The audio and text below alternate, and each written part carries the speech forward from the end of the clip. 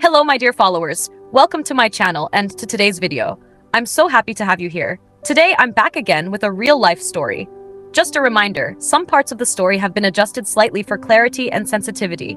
Please support my channel by subscribing. And now let's get into it. My name is Pinar. I'm 24 years old. I live in a small apartment in one of Kadıköy's colorful neighborhoods in Istanbul. My family lives in Ankara, in the district of Çankaya. I've always had a close bond with my mom, dad, and older sister. But ever since my sister got married and started her own family, there's been a bit of distance between us. Her husband, Osman, seems like a decent, polite man from the outside, but something about him always made me uneasy. And today, I want to tell you the story behind that feeling. It all started last summer, when I went to Ankara to visit my family. We stayed at my sister and Osman's place. Osman was, as usual, cheerful, full of jokes, trying to keep the mood light. But his jokes, his glances, they made me uncomfortable. One evening, as we were chatting around the dinner table, Osman suddenly turned to me and said, "Pinar, your energy was really missing in this house." Everyone laughed, but the strange glimmer in his eyes made me shiver. My sister didn't notice. My parents just smiled politely. But deep down, I felt that something wasn't right. As time passed, Osman's behavior became more intense. While chatting in our family WhatsApp group, he would sometimes message me privately saying things like, "Pinar, we should spend more time together. Your sister can be a bit boring sometimes." It looked like a joke on the surface, but I kept wondering what his real intentions were. Once, when I was visiting Ankara again, my sister was in the kitchen cooking, and Osman sat beside me in the living room. Way too close.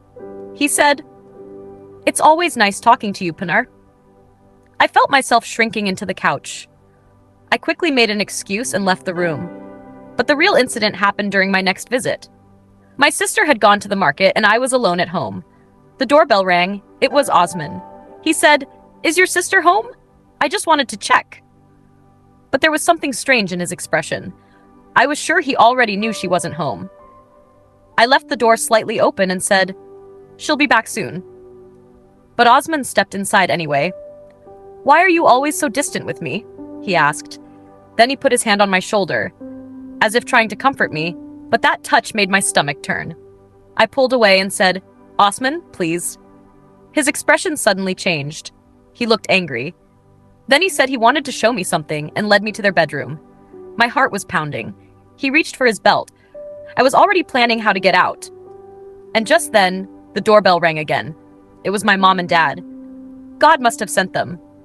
Osman quickly changed his tone, said I had misunderstood, and backed off. I ran to open the door and said I had to leave because of something urgent. These are the kind of things you don't just share easily. I didn't tell my sister. Maybe she wouldn't believe me. I didn't tell my parents. I didn't want to cause tension in the family. But since then, at every family gathering, I stay alert.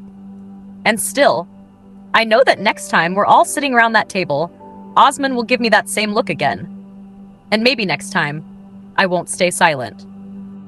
I honestly think not staying silent is the best choice. You should absolutely speak up. Your sister might be fooled too. What do you think about this? Please don't forget to support my channel by subscribing. I love you all so much. Take care of yourselves, my dears. See you next time. Goodbye.